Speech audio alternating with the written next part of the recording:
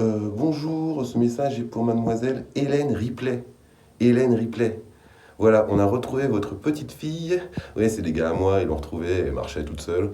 Et elle cherchait des prédators. Nous, on est des prédators, donc du coup, c'est nous qu'elle cherchait. Et elle voulait vraiment en finir apparemment, donc si vous pouviez la récupérer, ça m'arrangerait. Parce qu'à un moment donné, on peut aussi s'énerver.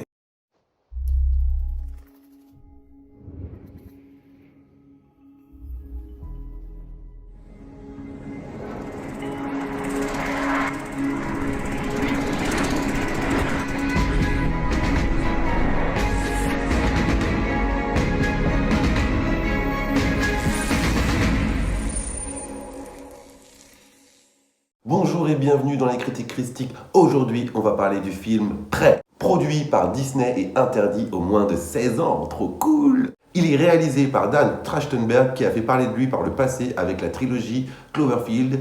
Il écrivit le deuxième opus, je crois, et en plus c'était le meilleur, c'était 10 Cloverfield Lane. Prêt se passe il y a 3 siècles sur le territoire des Comanches et raconte la destinée de la jeune Naru, une farouche et brillante guerrière. Élevée depuis son plus jeune âge dans l'ombre de légendaires chasseurs. Parcourant les grandes plaines, elle se fait un devoir de protéger sa tribu dès qu'un danger menace celle-ci. Elle découvre très rapidement que la proie qu'elle traque dans la forêt n'est autre qu'un prédateur extraterrestre particulièrement évolué, doté d'un arsenal de pointe des plus sophistiqués. Une confrontation terrifiante s'engage bientôt entre nos deux protagonistes. Alors, on va tuer le suspense directement. Prêt n'est pas une origin story de la franchise Predator, bien que dans ce film, les événements se passent 300 ans avant ceux du premier opus. Et dans Prêt, on n'a volontairement aucune explication sur la présence de cet alien. J'ai fait exprès. Ça va, Ripley? Donc, en dehors de ce sempiternel Rasta pas si cool que ça.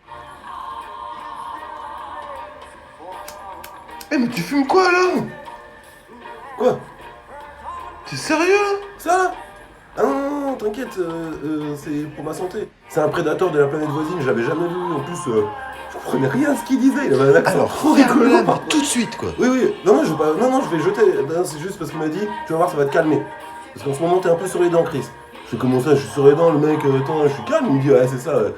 Avec toutes les jambes que t'as coupées, mon gars, y'a plus personne qui peut marcher. En plus, c'était la semaine du marathon. On peut dire que ce métrage se suffit à lui-même. Mais il fait partie de la franchise Predator, ne vous inquiétez pas. Et en plus, ça nous évitera la comparaison avec Predator 1 de John McTiernan, qui est devenu un film culte et un chef-d'œuvre à mes yeux. Du coup, avec ce postulat de départ, j'ai un bon pressentiment pour ce film. Qui est fait de façon très sérieuse, on sent que c'est un retour aux sources, une force brute, avec très peu de compromis pour ce qui est de la nuance dans son intrigue. Et ici, c'est un compliment. Car plutôt que de singer les œuvres précédentes, Prêt nous offre ici une expérience initiatique pour notre personnage principal, qui via cette chasse dans les bois va asseoir une réputation qui lui vaudra, si elle vient à bout de cette créature, son émancipation et le respect de la tribu et des chasseurs déjà confirmés. Alors faut pas oublier qu'on est en 1719, donc les femmes à l'époque n'étaient pas le premier choix de la tribu pour aller chasser. Bref, notre héroïne qui d'apparence paraît fragile, mais les apparences sont souvent trompeuses, ne l'entend pas du tout de cette oreille. C'est impeccablement bien campé par Amber Midhunter,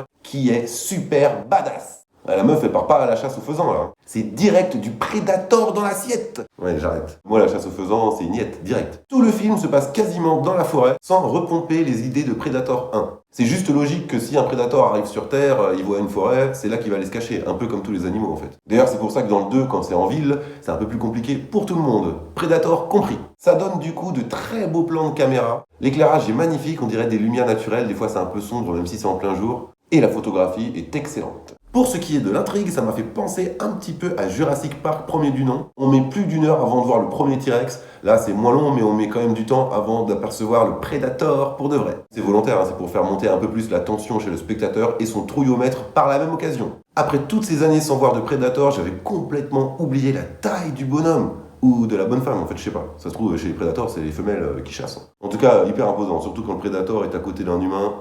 Là, tu vois vraiment l'échelle humaine. Tu fais, ah ouais, c'est un peu plus gros que nous quand même. Ça faisait pareil avec Avatar. La thématique principale de ce film, bien sûr, c'est proie versus prédateur. Mais comme le titre le souligne, on va plus s'intéresser à l'arc narratif de la proie. Et comment c'est traité dans le film par la mise en scène. Par exemple, et sans spoiler, il y a un plan que j'ai adoré où on voit l'ordre de la chaîne alimentaire. Tu vois une fourmi en train de se nourrir sur une plante qui se fait bouffer par une petite bête, qui se fait bouffer par une bête plus grosse. Et tout ce petit monde finit dans le ventre du prédateur, quoi qu'il arrive. C'est aussi pour bien nous rappeler qu'il se trouve au sommet de la chaîne alimentaire. J'aurais parié que c'était nous, hein, mais non, toujours pas. Dans Prey, il y a des idées que j'ai trouvées très sympas, comme par exemple quand le Predator chasse, il est invisible, grâce encore à sa technologie hyper poussée. Par moment, on parvient à le distinguer quand par exemple il est recouvert du sang de la bête qui vient d'éventrer comme un ouf. Et ça, visuellement, ça fonctionne pas mal et c'est hyper terrifiant. Une des grandes forces de ce film, c'est le contraste entre les Comanches qui utilisent encore des flèches et des arcs et des haches. Des haches. Alors que le Predator, il a une technologie mais hyper futuriste, avec un arsenal pour tout et n'importe quoi. Si tu veux, il peut t'ouvrir une boîte de conserve, comme te couper la tête, comme construire un pipeline, enfin bref, tu vois. Je crois même qu'il a le dernier iPhone, ce fils de Brown. Ce contraste assez anachronique me fait penser au film Cowboys vs Alien avec Harrison Ford et Daniel Craig, qui était... Mais l'idée était quand même pas mal. Un autre atout pour le film, c'est ce changement perpétuel proie-prédateur, nous faisant penser à un numéro de duettiste bien rodé. En effet, et sans vraiment qu'on s'en rende compte, entre nos deux protagonistes, le rôle de proie et de prédateur s'inverse constamment. Par moments, c'est elle qui pourchasse notre prédateur et parfois c'est elle qui est menacée. C'est classique, mais ça marche carrément et ça donne un côté assez original. Prey pourrait nous faire penser à un film de bogeyman avec un vilain qui est menaçant mais qui se cache. Dans ce film, on conserve quand même quelques caractéristiques connues de notre prédateur depuis les années 80, à savoir que quand une créature ne représente aucune menace pour le prédateur, et ben du coup, il la laisse tranquille. Finalement, c'est pas un mauvais gars.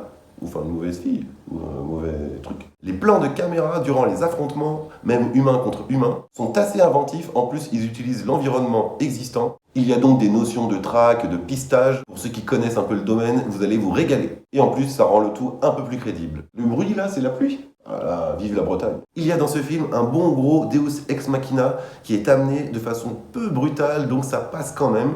En plus, l'idée est assez astucieuse, j'avoue. Mais sans vous spoiler, je trouve que ça agit assez rapidement. Donc hélas, je suis forcé de ranger ce Deus Ex dans la case des facilités scénaristiques. Mais là, je chipote de fou parce que j'ai adoré ce film. Le seul réel point négatif que j'ai noté, c'est à partir du climax. Je trouve la dernière partie du film assez vite expédiée. Je ne vais pas vous dévoiler l'issue, bien entendu. Mais vu le rythme super maîtrisé des 2/3 du film, c'est encore plus flagrant de voir une conclusion aussi expéditive. Et ça passe, hein, c'est quand même très bien, c'est juste, il me fallait un point négatif. Bah c'est celui-là. Bah oui, les mecs, ça faisait 1h30 qu'ils essayaient de nous induire un rythme certain dans notre cortex préfrontal, et puis là, à la fin, qu'est-ce qui s'est passé? Mais non, c'est bien. Pour finir, avec Prey, je me suis réconcilié avec la franchise Predator. En dehors du premier et du deuxième, tous les autres, c'est à la benne. À la benne. Allez. Non, pas Benz, à la benne. Poubelle, quoi. Putain. Je reconnais qu'avec tout ce qui s'est passé les années antérieures, j'avais pas beaucoup d'espoir que ce Predator soit bien, mais c'est le cas. Il est très bien. C'est un film de qualité, fait de façon très sérieuse. On ressent l'amour et le respect de l'œuvre originale de Dan Trachtenberg. Oh, je l'ai dit du premier coup, mon gars. Trachtenberg. Eh ouais, on n'a pas pu s'appeler pas Trachtenberg. Et je tire mon chapeau, bien sûr, à l'actrice principale qui joue la chasseuse Naru, interprétée par Amber Midhunter. Excellent. Franchement, elle a trop bien géré. Bien entendu, je vous recommande Prey très chaudement à voir et à revoir sans aucun problème. Voilà, c'est tout pour moi. Je vais pouvoir reprendre mes vacances là où je les ai laissées avant cette vidéo. D'ailleurs, pour tous ceux qui sont en vacances, je leur souhaite de bien se reposer. Et pour tous ceux qui travaillent, je sais pas ce que je vais faire. Je pense que je vais aller à la piscine. Non, je vais regarder un film. Ouais, je vais regarder des films. Dites-moi dans les commentaires ce que vous avez pensé de Prey ou de loin. Mettez-moi un pouce bleu si vous avez apprécié cette vidéo. N'oubliez pas de vous abonner si ce n'est pas encore fait, partagez. Laissez-moi un don Tipeee à partir d'1€ via le lien sous la vidéo. Enfin, vous pouvez me suivre sur Twitter et Instagram pour plus de news. Et moi je vous dis à très bientôt pour de prochaines critiques christiques.